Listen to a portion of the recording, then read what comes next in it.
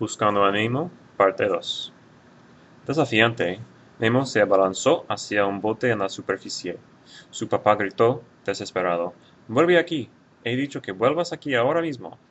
Mientras Nemo nadaba, un buceador apareció detrás de él.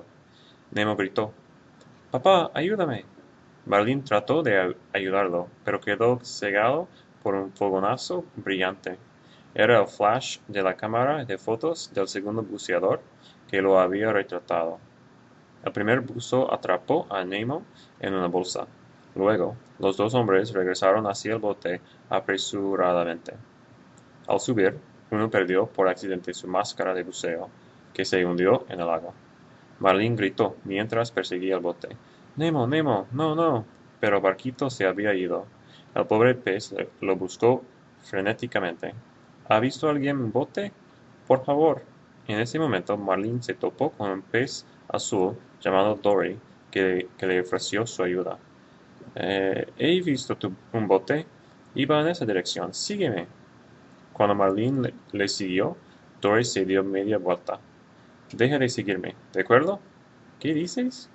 Tú me estabas mostrando hacia dónde partió el bote. Dory sacudió la cabeza tristemente. Lo siento. Es que sufro de pérdida de memoria a corto plazo. Marlin pensó que Dory no podría ayudarle y se dio la vuelta, para encontrarse cara a cara con un enorme tiburón.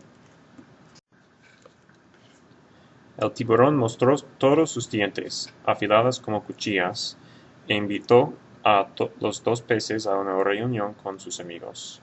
Marlin trató de negarse, pero Dory no estaba tan segura de rechazar la invitación. ¿Quieres decir algo así como una fiesta? Sí, eso es, una fiesta. ¿Qué les parece? Entonces el tiburón los llevó a un barco hundido rodeado de minas submarinas. Dentro del navío había otros dos tiburones. Juntos, los tres recitaron un compromiso. Soy un tiburón bueno, no un devorador sin corazón. Los peces son amigos, no comida. Mientras ellos hablaban, Marlin miró hacia arriba y vio un objeto conocido. Era la máscara de buceo. Marlin les contó a los tiburones lo que le había pasado a Nemo.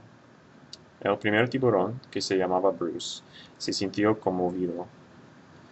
Vaya, pobre papá, buscando a su hijito. Mientras Bruce sollozaba, Marlin observó algo escrito en la máscara. ¿Sería una pista para encontrar a Nemo? Dory se puso nerviosa. Caramba, tenemos que encontrar a un pez que pueda leer esto, dijo.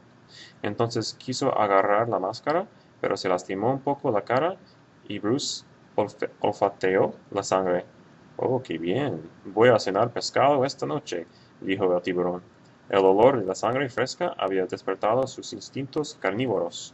Mientras sus amigos trataban de detenerlo, Bruce persiguió a Marlin y a Dory por todo el barco. Consiguieron escaparse con la máscara en su poder cuando taponaron la gran bocota de Bruce con un torpedo. Desafortunadamente, Bruce escupió el torpedo que chocó contra las minas submarinas. La explosión fue enorme. Alright guys, if you want to stick around, I'm going to go ahead and start explaining to you why some of the verbs are in imperfect and why some of them are in their preterite. I think that you're going to see a lot of the preterite here on these 2 pages that I read, and I just did 2 pages because they're really long.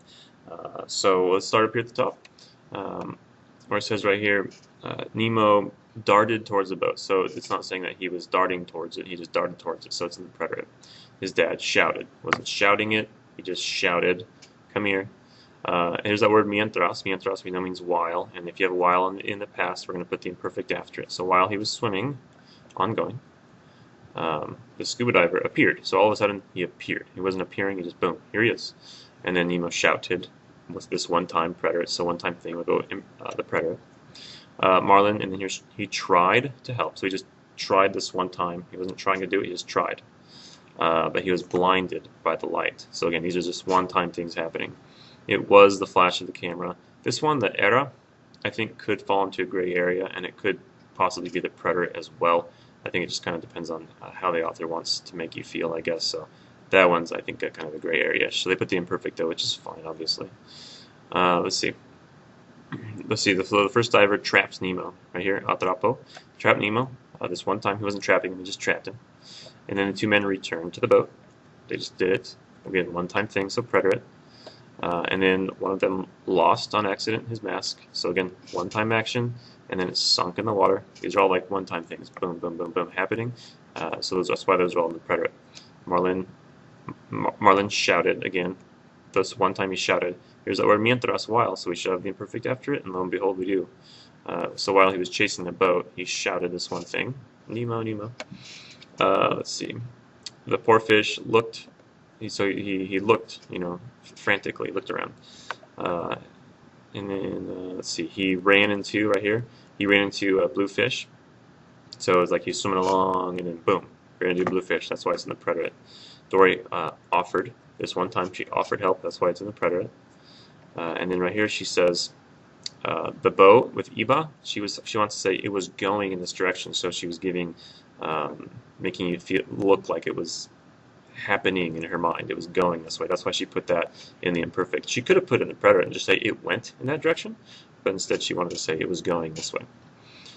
So Marlin followed her, or when he followed her, Dory turned around.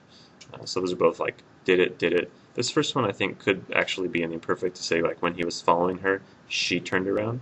But they put it in the preterite. They just wanted to say it differently, I guess. Let's see. She says, "Stop following me." What'd you say? So right here, you were showing me where the boat went. So this showing part, that's going to be in the imperfect because it was something that she was doing, being the key thing here. And then where the boat like left. So that's in the preterite. Dory shook her head. She wasn't shaking it. She just shook her head. And she said why. Marlin thought. So he wasn't thinking it. He just all of a sudden came up with this thought. He thought that she wouldn't be able to help. And right here it says Dio la volta, se dio la volta. So he turned around. This one time turned around. And face to face with a big shark. Alright, so let's keep going here. This is a long page. Bear with me if you want to stick around, and you're welcome to do so. So the shark showed his teeth, so he just did it. And invited these people. Again, he just did it. Marlin tried to deny going. So these are all just things like boom, boom, boom, did it, preterite. Dory wasn't so sure. So this reason that estaba is in the imperfect is typically you're going to find that imperfects. You're going to find that feelings will be in the imperfect because feelings are like an ongoing type of a thing. So that's why that's in the imperfect. Let's see. So then the shark took them to a bar. So he took them to the boat, preterite.